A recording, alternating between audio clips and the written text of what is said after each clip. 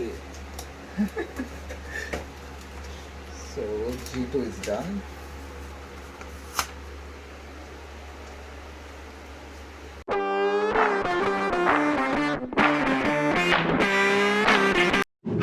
Hello, Namaste and Namaskaram. Welcome to my channel, I'm Awesome Vlogs. Today I'll share my experience about driving tests in Canada and the things you need to keep in mind while applying for a driving test here in Canada. There are two types of licenses. One is a learner's permit as well as a full license. But in Canada, there are three types of licenses. One is the G1, where they test your knowledge about the road signs as well as the rules. Second one is the G2, that they'll conduct a road test and they'll check whether you're a good driver or not. Third one is a G license, that's a full license. Same like India, which you have a license, proper license. So when I came from India in January 2021, I had got a DL extract from India, which is valid for 6 months. So when you come from India or any other countries, it's better that you get a DL extract, because it's kind of helpful when you come here and you apply for a license. So when you get a DL extract, they'll check your experience and you can quickly give your G2 license. So when I came in January 2021, I took some time off to get settled here because it was winter and there was a lockdown going on because of the COVID. And yeah, so in the month of April, I went to the drive test here in Thunder Bay and applied for a G1 license.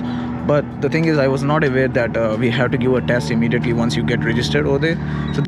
So when you apply for a G1 license, when you register for it, they'll check your eyesight and stuff, and once that is done, they'll immediately tell you to go and take a G1 test.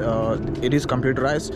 So there are two types of tests. One is the test that they check your knowledge about the rules of the road. Another one is the signs. So basically they're out of 20 marks, like each one carries 20 marks, so you need to get 16 marks in each of them. So if you get one 16 marks, another one you get 15, so you will fail in the second one, so you have to give it again. So basically the charges would be, I paid around $106 for the G1 test.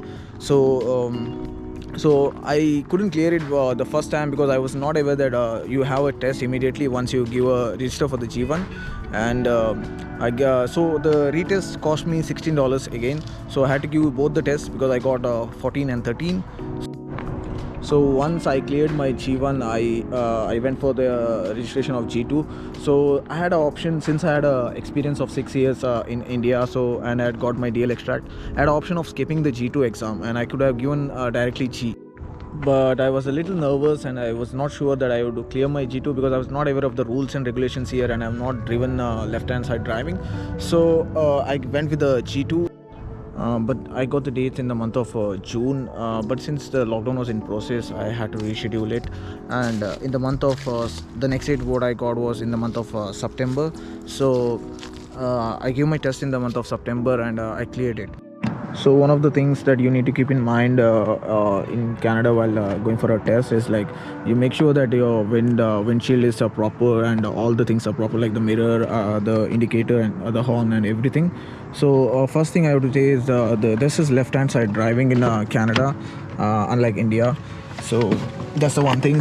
So on the right seat, the one who conducts the exam will be sitting, and he'll be giving you the directions like go to the left, go to the right, take a 3-point turner, or do a parallel parking and stuff. So before the test, he'll ask you your name, your date of birth and stuff, and he'll also check all the vehicle, the right indicator, the left indicator, the horn, and the mirrors and windshields, everything. So if you have a smaller crack in the windshield and you think it's fine, no, it's not fine. So they'll not take your test.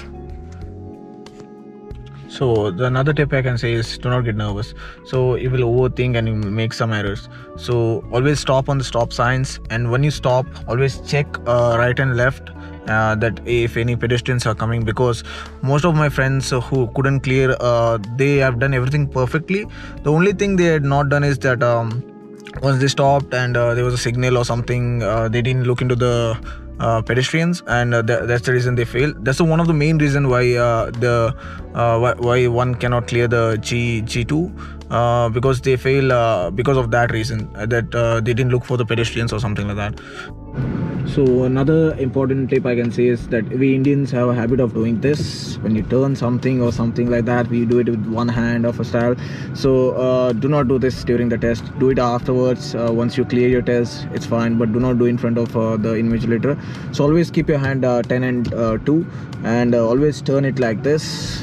Never do it with one hand. Always do it like this, and never do it like this, because if they see you this, they will just not pass you, they'll just fail you.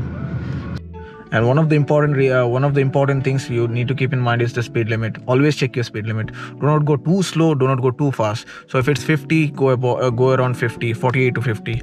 Do not go above that, and do not go way below. Like if it's 50 and you go around like 40 or 35, that's gonna be one of the reasons that they might fail you. So that's one thing. Another thing is always look around for the school zone areas where it's just 40, so you cannot go above 40 near the school zone area.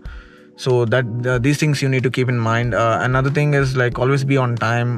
They'll if your appointment is around 2:30 p.m., make sure that you will reach at least 15 or 20 minutes early than that. So these are some of the tips I can give you to you, what you need to do while going for a G2 test. And that's what. It's all the best, and drive safe.